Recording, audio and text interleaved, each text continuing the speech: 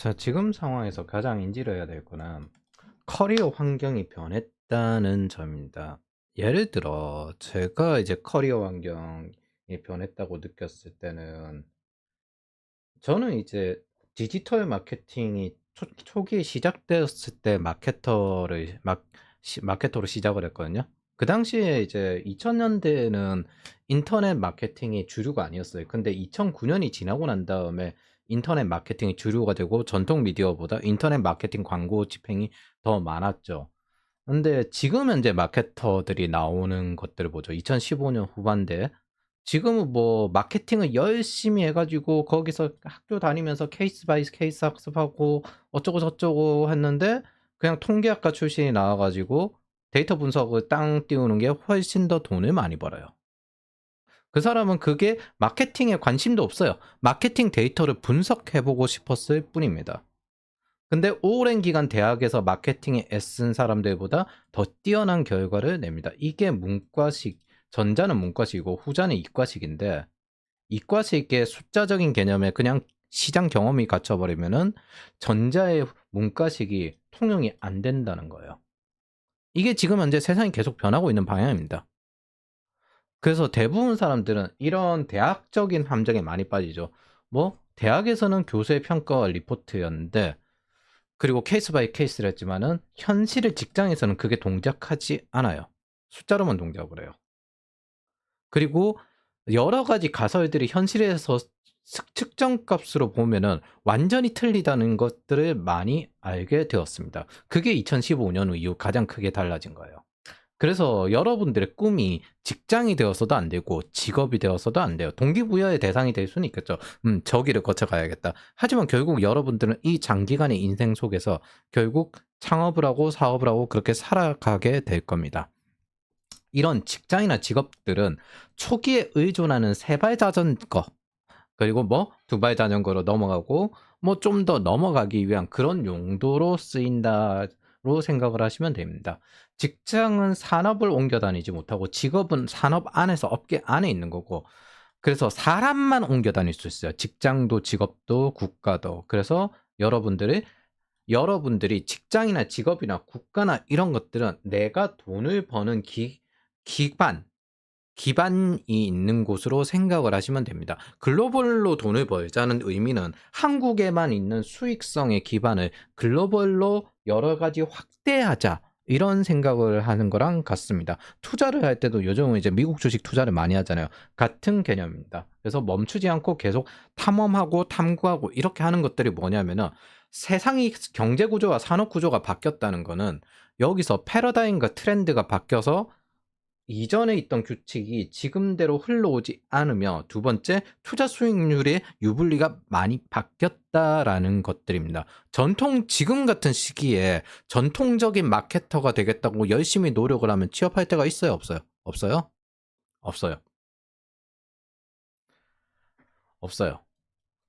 뭐 새로 올라오는 사람들은 전통적인 영역이 아니라 투자 수익률이 높은 곳으로 항상 가지 않으면 더 효율적인 곳으로 가지 않으면은 장기적으로는 노동 전성기를 맞이하지 못하게 됩니다. 뭐 이 보통 노동 전성기를 U자형이라고 하는데 이 U자 끝이 이 아래쪽이 제일 돈을 많이 버는 10년 차에서 20년, 30년 차 요 사이거든요. 그리고 이제 은퇴에 가까워지면 이제 돈이 떨어지는 거죠. 그래서 요 U자형 아래쪽을 못 보게 되는 거예요. 요 일하는 과정 중에서도 내가 전직하고 시장이 바뀌는데 대응하는 과정 중에서 달라지는 겁니다. 요즘 회계사들 같은 경우도 AI를 전공한 전공자 출신 CPA를 찾고 막 이러는 거예요. 시대는 변했습니다. 지금 뭐 AI랑 바이오 거의 뭐 이쪽으로 많이 흘러가고 있어요. 전 세계가 고령화된 것과 그다음에 노동이 줄어든 것을 AI로 생산성으로 대체하고 있고 이게 인플레이션에 대응하는 데도 효과적입니다. 자, 그러면은 지금 현재 가장 크게 달라진 규칙이 뭐냐? 양적 완화의 시대가 끝났다는 겁니다. 저축을 억제해서 제발 소비를 해. 이것들을 하는 시대가 끝났다는 거예요. 반대로 중국 같은 경우는 뭐예요? 뒤늦게 양적 완화를 하고 있죠. 그래서 중국의 도시 쪽에 있던 농민공들이 보니까 소도시나 저기 신도시 저런 쪽으로 집을 살 수 있게 해주고 거기에다가 소비를 부양시키면 되겠네. 이런 생각을 하고 중국이 접근을 하고 있는 겁니다. 우리가 그 신혼부부들을 전부 신도시에 몰아가지고 그렇게 이제 소비를 부양시키는 것들이 같죠. 그래서 신도시 부부들이 대체로 돈을 많이 쓰잖아요. 그게 똑같은 제도입니다. 소비 부양 정책에 걸려든 거죠. 20대들에게 꼭 조언을 해주고 싶은 것들은 이 소비 부양 정책에서 추구하는 바는 폴 크루그먼의 말에 따르면은 10%만 저축해라. 나머지는 소비하라는 거고요. 그 다음에 정부가 일반적으로 요구하는 방식을 어느 정도 추정하자면 15% 저축입니다. 근데 잘 생각을 해보세요. 이 소비 부양 정책을 집행하는 진보 계열의 사람들은 과연 그럼 15%만 저축을 하고 나머지는 다 쓸까요? 그러지 않습니다. 즉 걸려든 겁니다, 여러분들은. 이 소비 부양 정책에 걸려들수록 여러분들은 누군가는 경제학에서 말하는 레벨 이펙트, 흔히 말해서 금수저, 은수저 이런 것들을 경제학으로 넘어가면 자산을 꾸준히 저축을 한 걸로 이야기를 해요. 그게 개인의 효용이 좋다. 그걸 정석적으로 레벨 이펙트라고 합니다. 보수 쪽은 보통 이제 저축을 하라고 하고 싱가포르 같은 경우는 저축을 강제화시킵니다. 근데 진보 쪽은 케인즈주의를 주로 쓰기 때문에 소비는 미덕, 저축은 악덕이라고 하고 그럼 어느 정도까지 그 소비를 해야 되는데요? 라고 하면은 15% 정도를 소비를 하라고 합니다. 15% 정도를 저축을 하고 나머지는 소비를 하게끔 강제화시키려고 합니다. 근데 이 과정에서 어떻게 돼요? 여러분들은 계속 정부 의존 사회로 넘어갈 수밖에 없어요. 내 레벨 이펙트가 높지 않잖아요. 그리고 소비 부양 정책을 하면 할수록 저금리를 하기 때문에 부동산 가격은 계속 올라갑니다. 즉 소비를 할수록 나한테 칼이 돌아와요. 언젠가는 이거 한 번은 정권이 바뀌어서 떨어지거든요.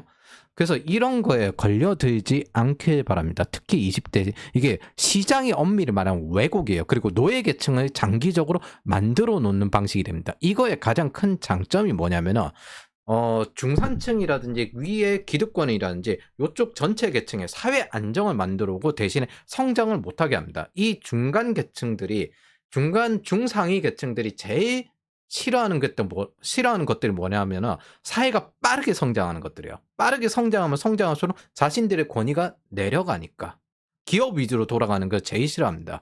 그래서 의도적으로 부동산을 키우는 거예요. 그리고 이 부동산을 키우는 것들 요번에 살짝 다르게 했죠. 은행을 통해서 대출을 해주는 식으로.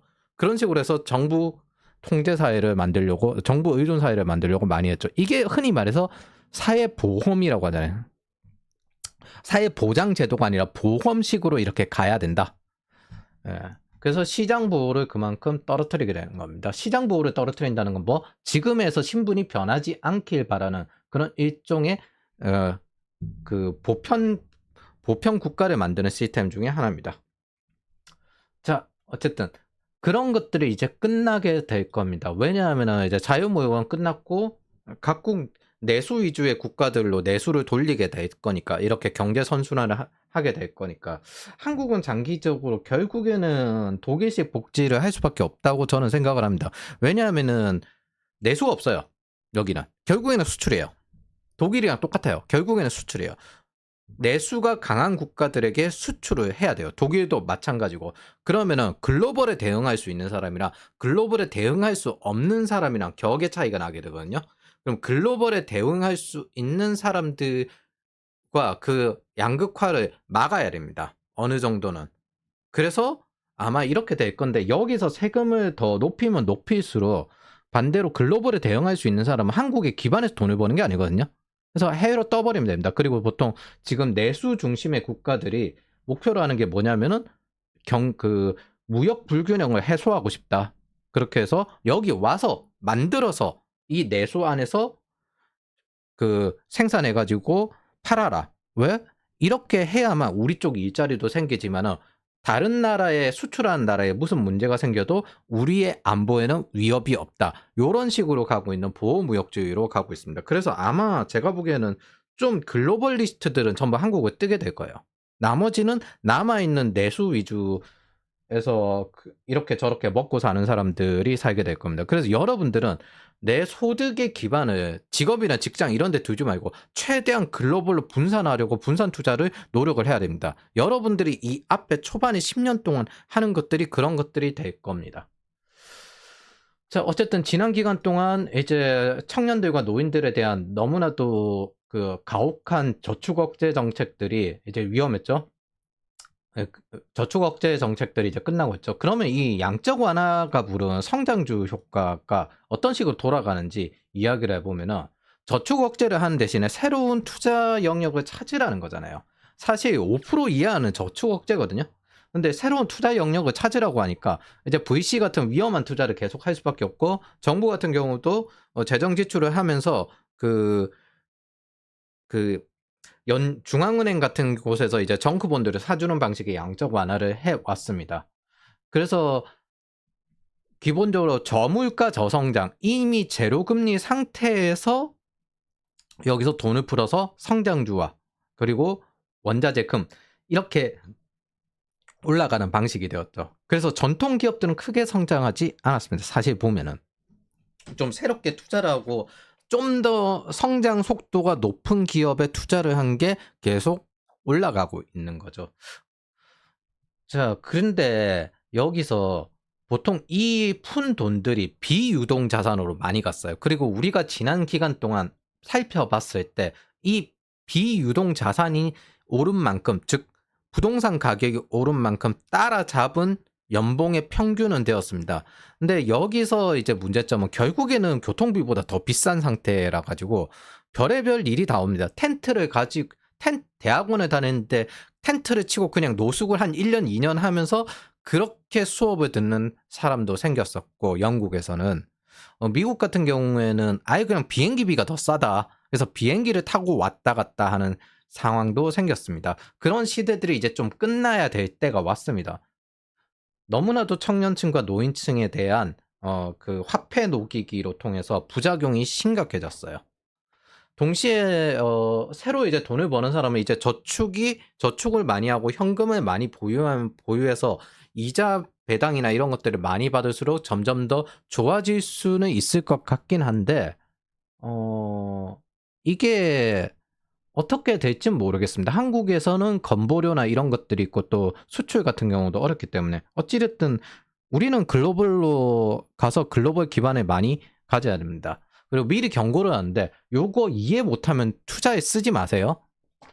솔직히 이해 대부분 90%는 못할 거라고 생각을 하는데, 이걸 기준점으로 내가 어떻게 투자를 해야 되겠구나 이렇게 생각을 하는 경우도 있을 것 같은데, 요거 살짝만 설명해주면, 고성장 고물가면 당연히 주식이 좋겠죠. 고성장을 하니까.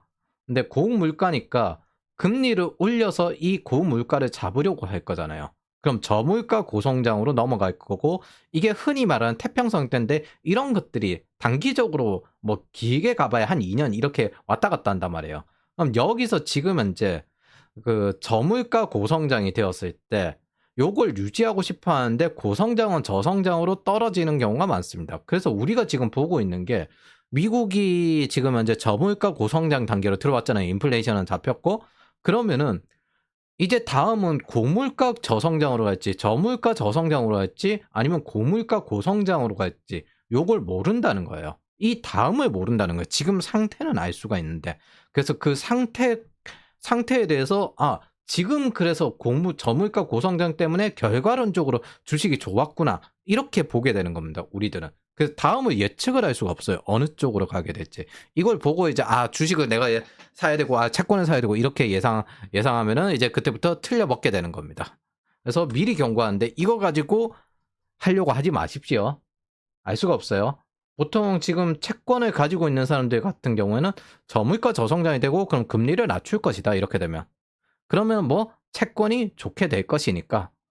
근데 뭐 아니다, 고물가 저성장이 될 것이다, 그러면 금리를 더 올릴 것이다. 그렇기 때문에 원자재나 가지고 있어야 된다. 이런 사람들도 있을 테고, 당연히 이런 것들 다 배분해가지고 그냥 다 가지고 있는 거죠. 모르니까. 그래서 대부분의 수익은 어떤 예측을 맞춘 게 아니라 포트폴리오에서 나온다고 합니다. 한 번 100% 맞췄다가 한 번 50% 잃어버리고 그런 것보다 그냥 뭐 꾸준히 10% 20% 이렇게 나오는 사람들이 훨씬 더 돈을 많이 버는 이유가 그런 겁니다. 장기적으로 생각을 하면은. 그래서 어느 쪽으로 갈지 모르기 때문에 이거 보고 예측하지 마세요. 이거 예측용 아니에요. 있을 것 같아서 이제 걱정이 돼서 한번 이렇게 했습니다. 자, 그러면은 보자.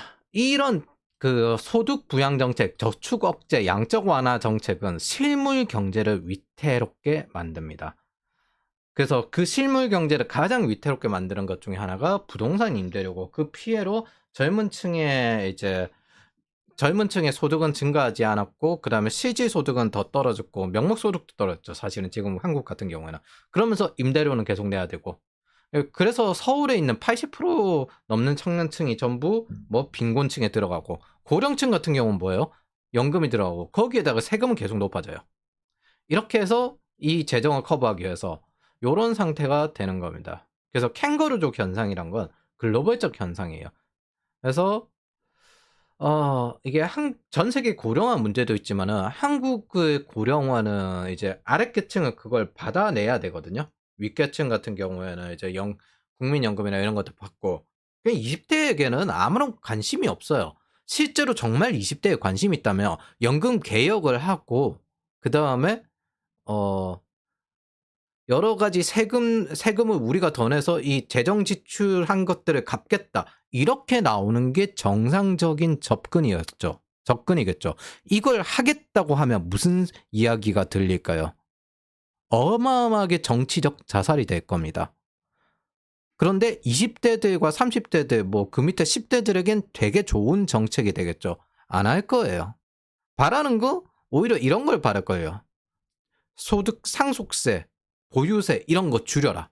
줄이고 내 자식에게 물려주고 싶다. 증여세 줄이고. 뭐? 내 자식은 이거 있으면은 저거 넘어갈 수 있지 않느냐. 이런 식으로 나오게 될 겁니다. 그래서 무슨 정치적 수사로 양극화를 줄인다 어쩌고저쩌고 하지만 결국에는 소비 부양 정책이기 때문에 여기서 실물 경제를 부순 세계에서 우리는 살고 있습니다. 그리고 여러분들은 결국에는 이 대한민국에서는 20대를 뜯어먹는, 아랫세대를 뜯어먹는 것밖에 없고, 그 빨대를 너네 다음 세대에도 줄 수 있어를 좀 내 자식한테 맞고 싶으니까 상속세 폐지를 외치는 겁니다. 그래서 저는 결국에는 돈을 벌 수 있는 기반은 외국으로 무조건 튀어야 된다, 이렇게 생각을 합니다. 이건 피해 있을 때 피해 있어야 돼요. 자, 어쨌든 자유무역이 끝났습니다.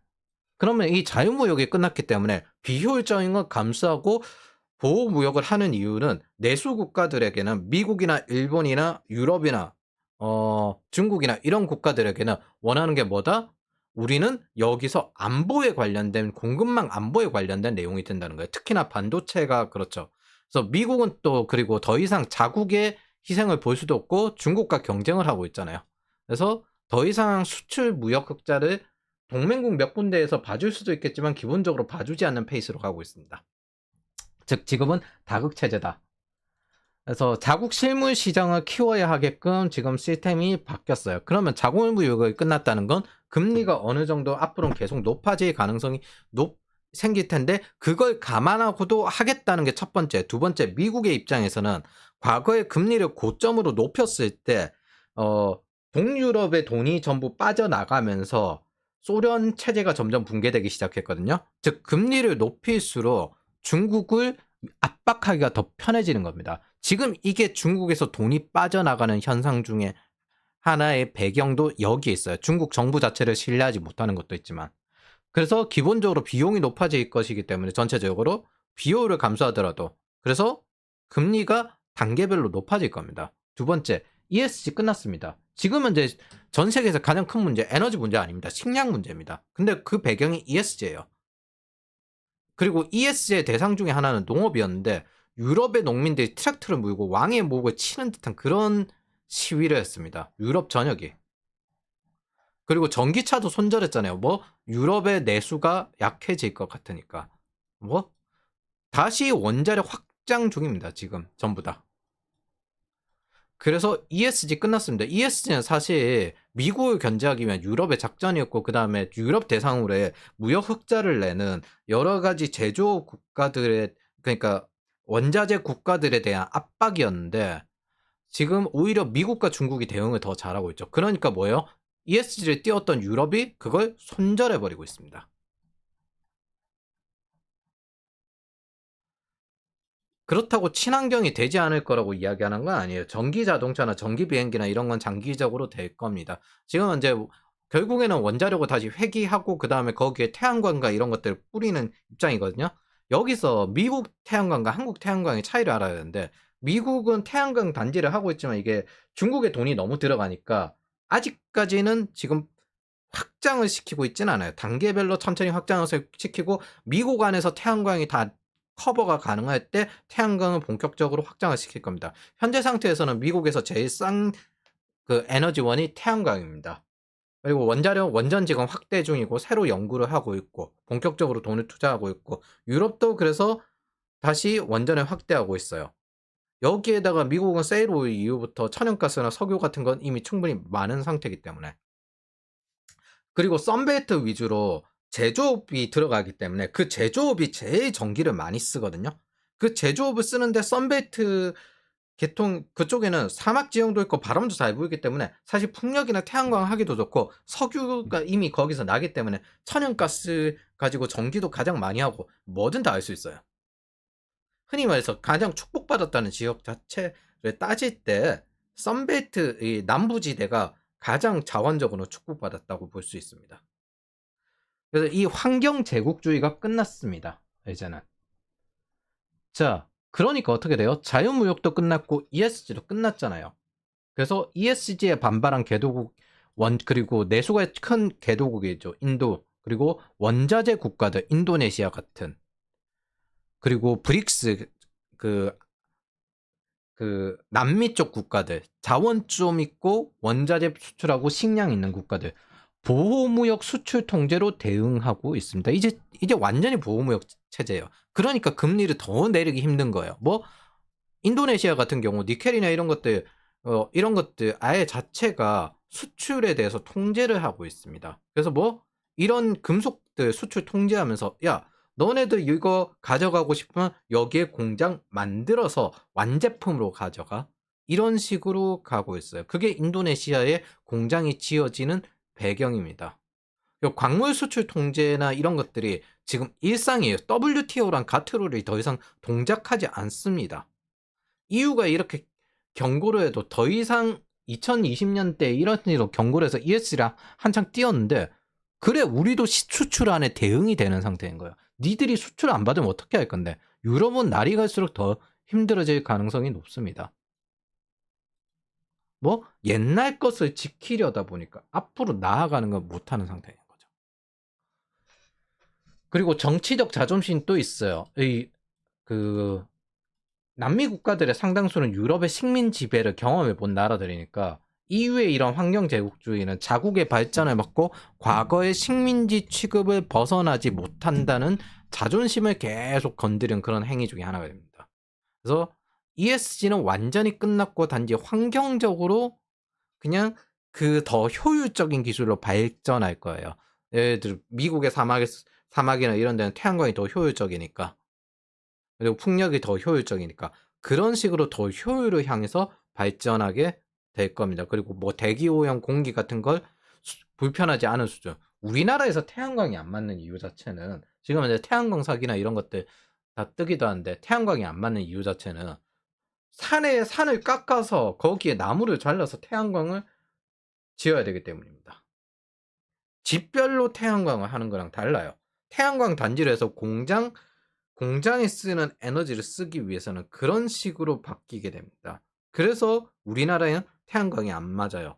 바다에서 풍력은 아직까지는 큰 이슈는 없는데 그건 모르겠고 그리고 기본적으로 전 세계는 원자력을 다시 선회하고 있습니다.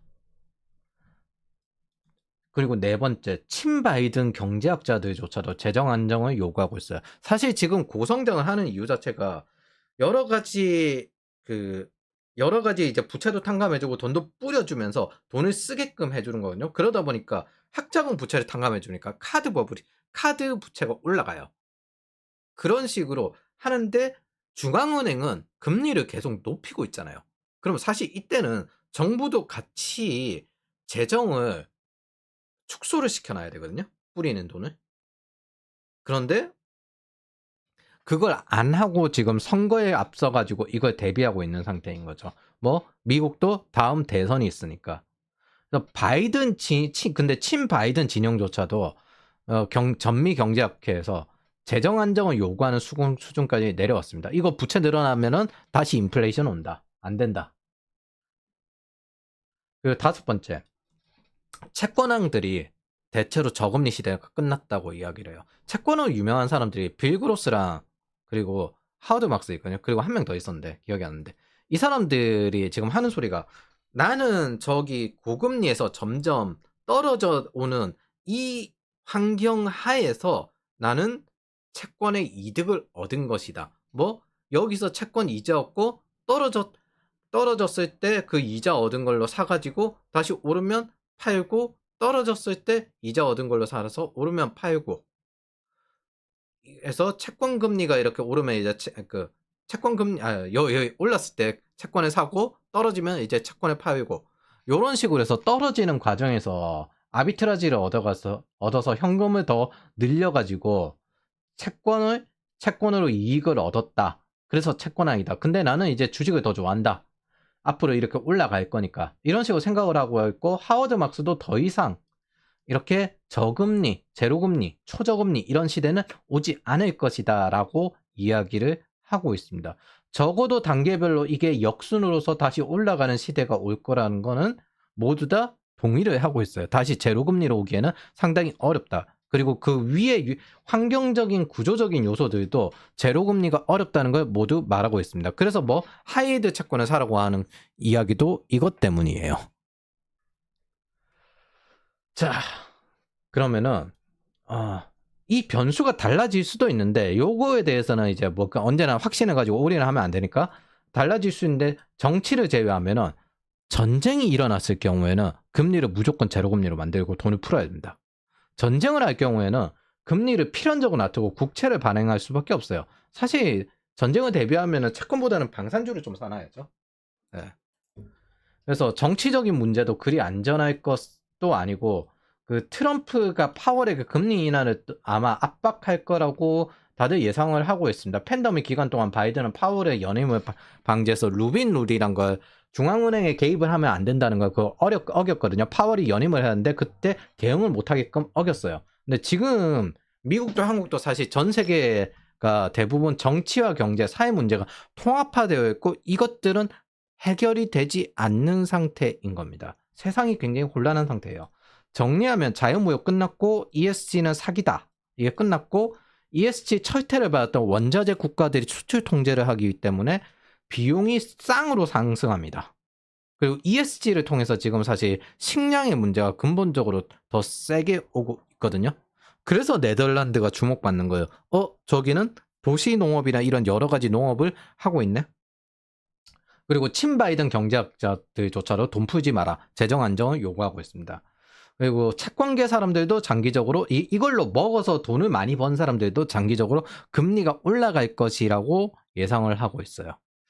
주의할 점은, 지금 여러분들이 혹시 장기 국채를 매수하셨으면 이게 무효하다는 뜻은 아닙니다. 단기적으로는 금리를 내릴 가능성이 높습니다. 근데 물가가 올라가기에 장기적으로 금리가 계속 올라갈 것이다, 올라가는 그런 방향으로 갈 것이다, 예전처럼 제로금리로 팍 떨어뜨리지는 않을 것이다. 그래서 그런 뷰를 가지고 있고, 그 가능성이 메인 시나리오 중에 하나가 되고 나머지를 대응을 해야 된다라고 생각을 하시면 됩니다. 가장 가능성이 높은 60% 정도가 이렇게 되고, 혹시나 전쟁이 일어나면은 채권 금리가 제로 금리로 다시 떨어질 수가 있죠. 그 전쟁 자금 전비를 동원하기 위해서.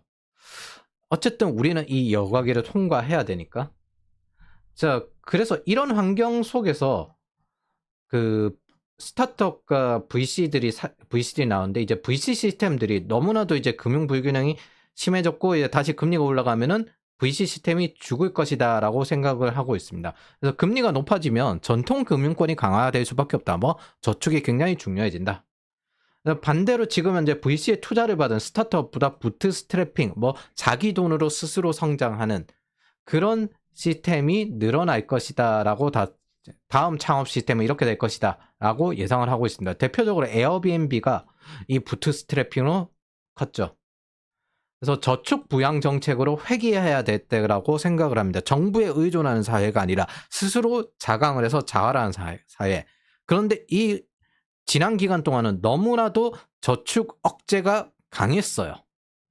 그래서 경제학에서 개인의 생활 수준, 이 레벨 이펙트를 쌓아 나갈 수 있게끔 만들어야 합니다. 즉 흔히 말해서 금수저니 은수저니는 이런 웰시를 뜻하는 거지, 소비 부양 정책에서 남보다 많이 쓴다는 이 리치를 뜻하는 게 아니에요. 웰시가 페라리를 사면 있잖아요. 내가 자산에서 나오는 돈만큼 소비를 해가지고 거기서 내가 하고 싶은 걸 하는 내 개인 만족이에요. 근데 리치 같은 경우는 대체로 내가 좋아하지도 않는 사람들에게 과시를 하기 위해서 쓰는 경우가 많습니다. 하지만 경제학에서 레벨 이펙트 같은 경우는 이 웰시에 속합니다.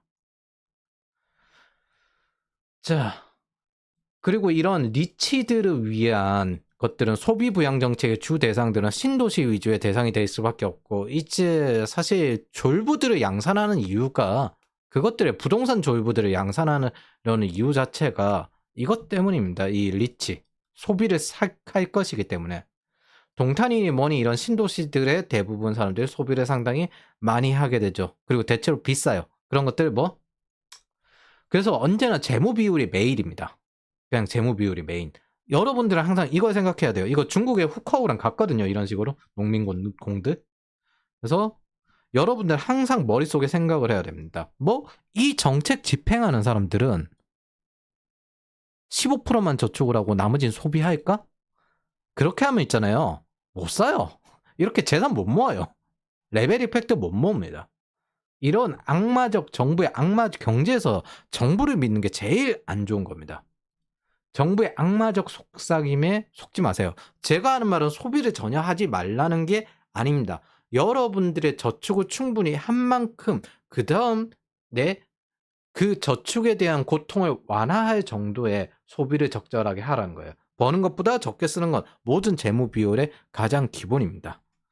자, 그 전설적인 가치 투자자가 있는데, 청소부인데 장기 투자하고 그 다음에 적게 쓰고 검소한 생활하고 그러면서 청소부 일은 계속하면서 그렇게 해서 92세까지 살았어요. 건강하게 산 거죠, 심지어. 그러다 보니까 뭐예요? 100억을 만들었다는. 아무도 이 사람이 100억을 만들었다고 생각도 못했어요. 이게 뭐? 이 사람은 사실 자유로움을 산 거죠. 웰시는 기본적으로 독립성, 자유로움, 이걸 목표로 합니다. 우리는 리치가 아니라 뭐든지 선택할 수 있는 자유도, 이게 많은 사람이 되어야 돼요. 여러분들은 어릴 때 어떤 가능성이라도 있습니다. 특히 지금 20대 같은 경우는 여러 가지 가능성이 있겠죠. 근데 그 가능성 중에서 내가 가능성을 좁혀서 획득해야 되는 것들은 자유도예요. 내가 내 시간을 원하는 대로 쓸 수 있는 이 자유도. 부자의 정의를 있잖아요. 내가 좋아하지도 않는 사람들의 과시하는 정의, 소비하는 정의로 내리면 안 됩니다. 뭐 부자의 정의는 여러분들의 자유에 의해서 내가 원하는 시간을 내가 원하는 대로 쓸 수 있는, 이걸로 정의를 내려야 됩니다. 경제학에선 사람에 대한 정의가 상당히 틀렸다라고 생각을 합니다. 소비를 통해서 만족이 창출된다. 소비가 아니라 저축을 통해서도 만족이 창출될 수도 있고, 소비를 하지 않고 누군가 이제 공짜 게임만으로도 만족이 창출될 수도 있습니다. 자, 우리의 행복은 우리의 시간을 우리가 원하는 대로 쓸 수 있는 것이고, 그리고 이렇게 되었을 때 여러분들은 자유도를 통해서 행복 이상의 것을 추구할 수 있습니다. 우리의 삶이 꼭 행복이 최대 가치라고 볼 수는 없거든요. 행복보다 더 뛰어난 가치를 자기 인생에서 찾아낼 수가 있어요. 그렇지 않으면 부모님들이 자식을 위해서 헌신을 하고 그 다음에 생을 버리고, 그런 것들이 단순히 행복이라는 단어 하나로 안 됩니다. 뭐? 우리는 그보다 더 뛰어난 가치를 추구할 수 있는 자유를 먼저 얻어야만 됩니다. 뭐 제가 하는 말은 뭐 소비를 촉진하는 축제 같은 걸 아예 없애야 된다, 이런 뜻은 아닙니다. 이런 극단적인 이야기는 아니고, 버는 것보다 적게 쓰고 남과 비교하지 말고 소비를 비교하려는 사람을 차단하십시오. 내 리셉터를 자꾸 주거든요. 그래서 인생의 재앙은 재무 비율을 어기는 사람을 가족으로 둘 때 지옥이 됩니다. 그게 적당히 합리적이 되라는 거예요. 자, 그러면은 지금 상태에서 빅테크들이 뭐 하냐? 여러 가지 구조 조정을 합니다. 빅테크는 원래부터 그냥 정기적으로 구조 조정을 하는데, 그래서 여러분들이 변동비적 인력이 돼야지 고정비적 인력이 되면 안 된다는 겁니다. 뭔가 하나 새로 만들 때 거기에 대해서 그 스톡 옵션을 받거나 아니면 RSU를 받아가지고 지분을 통해서 수익을 얻는 게 인센티브예요. 그리고 이 인센티브 기준점은 변동비성 인력입니다. 근데 그걸 통해서 만들고 난 다음에 운영비 관련된 부분이 있어요. 그 운영비, 그 운영비에서 들어가는 고정비적 인력은 별로 큰 돈 안 되거든요. 그리고 언제든 비전략적인 부분은 사업을 정리할 수 있습니다. 컴팩트하게 가는 거예요. 그게 지금 비전략적인 부분 사업을 모두 정리하는 게 빅테크의 방식이잖아요. 그리고 모두 정리하면서 어디에 투자를 해요? AI에 투자를 하고 있습니다. 클라우드 다음 단계죠. 자, 그러면 이걸 봤을 때 이 AI는 어디에 속하는가? 프로덕트를 만드는 개발, 제품 기획, 디자인에 속하는가? 아니면은 데이터 사이언스, 인프라 보안 이런 쪽에 속하는가? 정확히 따지면 밸류에 대해 속하죠. 지난 저금리 기간 동안은 신규 프로젝트를 해서 계속 신규 수익성이 높고 효율성이 높은 영역을 계속 찾아야만 했어요. 그리고 계속 만들고 확장을 하고 시장 개척을 했었어야 했습니다. 그런데 뭐예요? AI가 떴죠. 근데 AI는 어디서 떴어요? 여기서 떴습니다. 그리고 이것들이 전부 제조업까지 다 확장하고 있어요.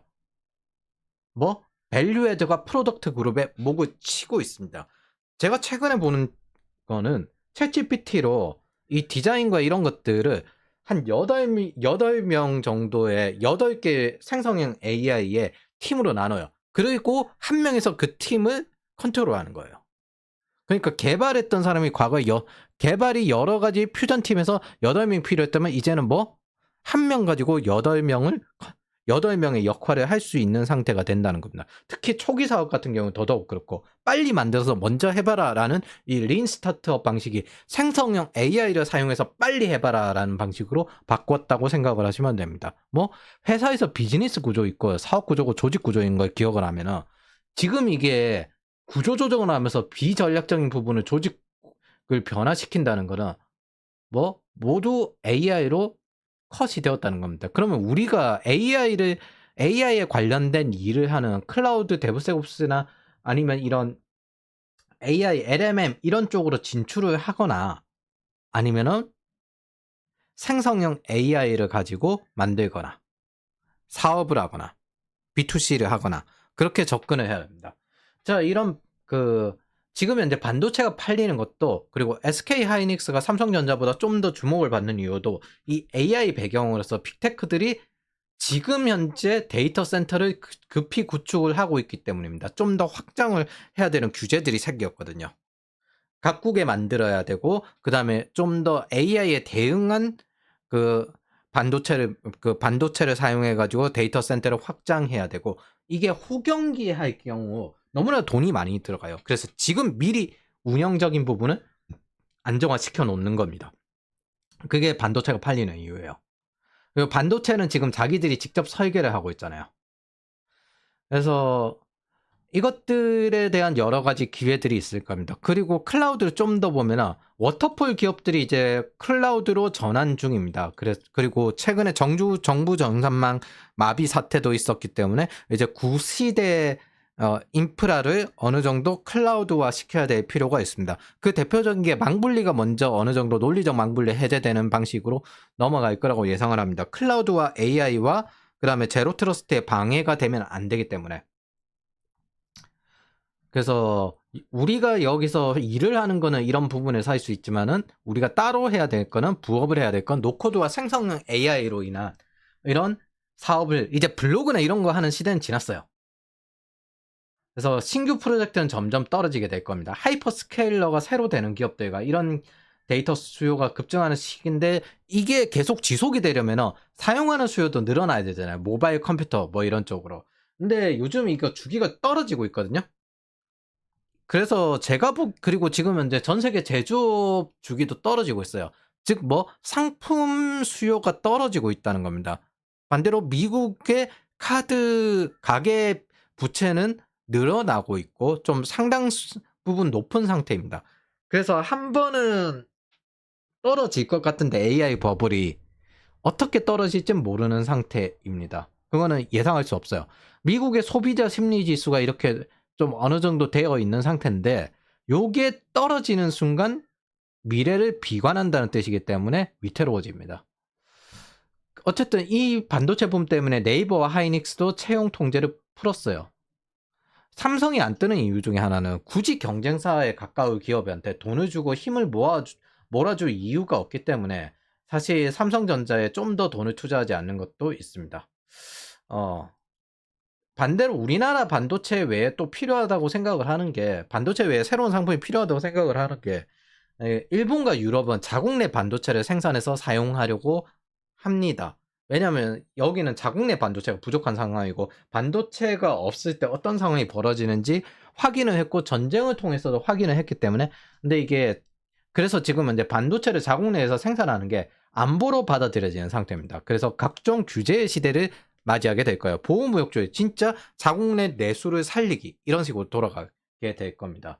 근데 우리나라가 상당 부분 수출에 의존해 가지고 갔었고 수입에 의존해서 우리의 물가를 어느 정도 안정화시키는 상태였기 때문에 상당 부분 어려워지지 않을까 이 생각을 합니다. 그리고 미국의 소비 심리 지수는 올라가고 있으나 연체 이게 바이든 정부가 스터디론을 탕감을 많이 해줬거든요. 많이 해준 만큼 이제 카드론이 그만큼 카드를 어느 정도 쓰고 여러 가지 소비가 깨지진 않았는데 그래도 전체적으로 줄고 있는 상태긴 합니다. 실제로 주가 오른 거 보면 이전 매출 대비 굉장히 많이 오른 편이에요.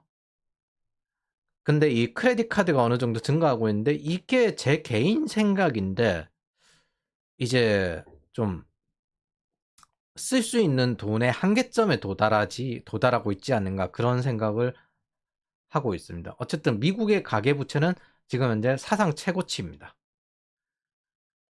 물론 이제 시스템적 문제라기보다는 연착륙적 문제 정도로 예상을 하고 있지만 자 어쨌든 한국도 이제 망분리가 될 거고 이런 대부세급서 제로 트러스트는 차근차근 진행되고 있습니다. 앞으로 참고해야 될 거는 산업 부분에서는 B2C에 속하는 개발자의 일자리는 극히 줄어들 것입니다. 뭐 요즘 이제 기업들도 이거 많이 하는데 솔직히 현재 한국 기업들이 국비전 이거 돌리고 있거든요. 근데 잘 생각을 해보세요. 구글이 AI에 투자한다고 바쁘고 애플이 AI에 투자한다 바쁘고 신제품 만드는데 바쁜데 이제 한국 기업들이 사실 내수 확장하기엔 한계점에 도달했어요. 그러니까 뭐예요? 국비 지원을 돌려요. 이건 뭐? 내수의 한계점에 도달했다는 거예요. 앞으로 점점 더 줄어들 거고. 대학 같은 경우도 1년 더 하겠다 이런 거 지금 생각하고 있고 통폐합하는 것도 인구 줄어서 그렇잖아요. 1년 더 하겠다 이렇게 생각을 하고 있잖아요. 뭐? 25% 인구 증가의 장점을 가질 수 있으니까. 리액트 풀스택 하지 마세요. 이거 할 거면 헤이로 T 생각하세요. 두 번째, 한국의 IT 투자는 줄어들 수밖에 없습니다. 장기적으로는. 그러면은 적어도 레거시에선 빠져나와야 된다고요. 레거시에서 클라우드로 전환되는 거는 그래도 여기는 되고 있으니까. 근데 이게 전체 시장이 커져서가 아니라 그냥 시장 뺏기죠. 옛날 거를 이제 다시 재전화해서. 그래서 클라우드와 보안에 장기적으로 더 투자하겠지만은 아직까지 경기 침체 위기가 풀린 건 아니기 때문에 활성화는 안 될 거고 비용 통제를 상당히 좀 많이 할 겁니다. 그리고 세 번째, 과거에는 CSP 경쟁이었는데 이제 MSP 경쟁이 될 거예요. 근데 벌크업을 과하게 한 MSP들이 있거든요. 대출받거나 뭐 등등등. 이런 곳들은 사려야 될 겁니다. 아직 벌크업을 하지 않은 컴팩트한 MSP는 이제 신입이 경력을 쌓기 나쁘지 않을 겁니다. 그리고 이미 경력을 쌓은 사람이 있어요. 클라우드 전환한 기업들이 있거든요. 워터폴을 노리십시오. 데브옵스나 클라우드 관련된 경험을 쌓은 것들에 대해서 후회하지 않을 겁니다. 이제는 워터폴이라 불리는 곳은 사실 존재하지 않게끔 점점 바뀌게 될 거예요. 애자일로 바뀔 겁니다. 그리고 이미 LG 같은 곳은 애자일로 바뀌었고 우리은행 같은 경우도 지금 현재 조직 개편하고 이렇게 있던데 어떻게 바뀔지는 나중에 돼봐야 성과를 알아요. 자, 그래서 워터폴 인프라는 지금 같은 경기 침체에 지원하기 좋습니다. 그 워터폴이 애자일화 될 겁니다. 그리고 데이터 분석을 필수적으로 익히십시오. 이번 2015년 이후로 가장 크게 달라졌던 거는 문과식의 가설 기반으로 해서 어쩌고 저쩌고 떠드는 거 더 이상 통용이 안 되는구나. 측정 기반으로 해가지고 숫자로 컨트롤만 되어야 되는구나. 그걸 말로 표현하면 사실 뭔가 멋있긴 한데 이게 인간이 알아듣긴 편하긴 한데 실제 그 가설대로 동작이 안 되는 경우도 상당히 많고 편향이 생긴다. 그래서 여러분들은 통계학과 코딩을 기반으로 데이터 분석을 필수적으로 익히는 게 맞습니다. 그리고 이런 것들이 엑셀 같은 기본 스택이 될 거라고 생각을 합니다. 통계학 코딩을 익혀야 됩니다. 그리고 따지지 말고 지금 같은 경우에는 금리가 올라가잖아요. 금리가 올라간다는 건 현금의 가치가 올라간다는 뜻이에요. 금리라는 건 돈의 가치니까. 이 뜻은 뭐예요? 옛날에는 그래도 저기 어느 정도 좀 기다려서 연봉이 높은 곳으로 들어가가지고 거기서 기회를 위주로 갔어야 되는데 지금은 뭐예요? 현금을 위주로 움직여야 됩니다. 그래서 IT 업계에 빨리 취업을 하고 일단 어디든 들어가고 여기서부터 공부하면서 돈을 모으면서 산업을 유망한 곳으로 전직하고 경력 쌓으면서 그래서 나중에 불경기가 벗어나면은 그때 내가 해외로도 갈 수 있고 이직을 해도 이 경험 가지고 더 좋은 곳에 연봉을 높여갈 수 있고 이런 식으로 전략을 선회를 해야 합니다. 8번째, 하이브리드 클라우드. 기존에 데이터 센터가 있는 곳들은 그걸 활용할 거거든요. 거기에 데이터도 많고 이제 하이브리드 클라우드가 될 겁니다. 그러면 가장 중요한 게 뭐다? 쿠버네티스. 이거 소홀히 하면 안 됩니다. 핵심 기술은 퍼블릭 클라우드, 쿠버네티스, 그리고 백엔드, 데브옵스. 백엔드가 그러고 보면은 야씨 백엔드가 그러고 보면 신규 사업 하면 신규 사업 하면 은근히 이쪽에 들어갔다가 신규 사업이 아니네? 그러면 이쪽에 들어갔다가 백엔드가 그러고 보면 이래저래 왔다 갔다 하기 딱 좋아요. 자, 그리고 사이드 기술 스택은 파이썬 데이터 분석. 이건 거의 엑셀처럼 느끼는 게 맞을 것 같습니다. 러스트나 고 같은 언어를 따로 익혀야 되냐 이렇게 물어볼 수 있는데 인프라 위주의 언어. 이거는 그냥 입사하고 난 다음에 내가 기본이 되면 회사별로 공부하면 되고 따로 선제 대응을 하는 건 별로 안 좋다고 생각을 합니다.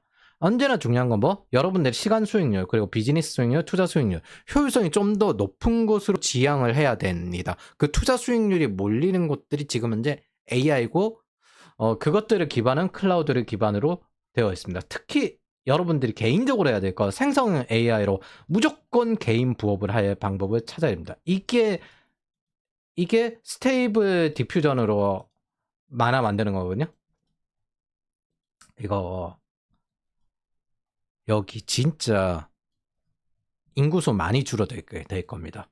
한두 명 가지고 이제 어시나 이런 것도 필요 없어질 거예요. 저거 많이 없어져 버릴 테니까. AI를 만든 게 절대 프로덕트 그룹이 아니라 밸류에 대해서 나왔다는 걸 기억을 하십시오. 지금은 인플레이션을 대응해야 되고 싸게 투자 수익률을 높여야 되는데 이 AI들의 막대한 생산성이 인플레이션 대응에도 맞고 장기적으로 그리고 투자 수익률에도 맞습니다. 특히나 효율성이 너무나도 높습니다. 마케터들이 영업인력을 옛날에 이런 것들은 영업인력을 해고하는데 마케터들이 적용을 했거든요. 더 효율성이 높으니까.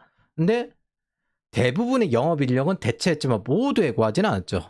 근데 이게 이 현상이 똑같이 나타나고 있는 거예요. 개발자와 기획자, 디자이너들이 상당 부분 이것들을 대체하고 있습니다.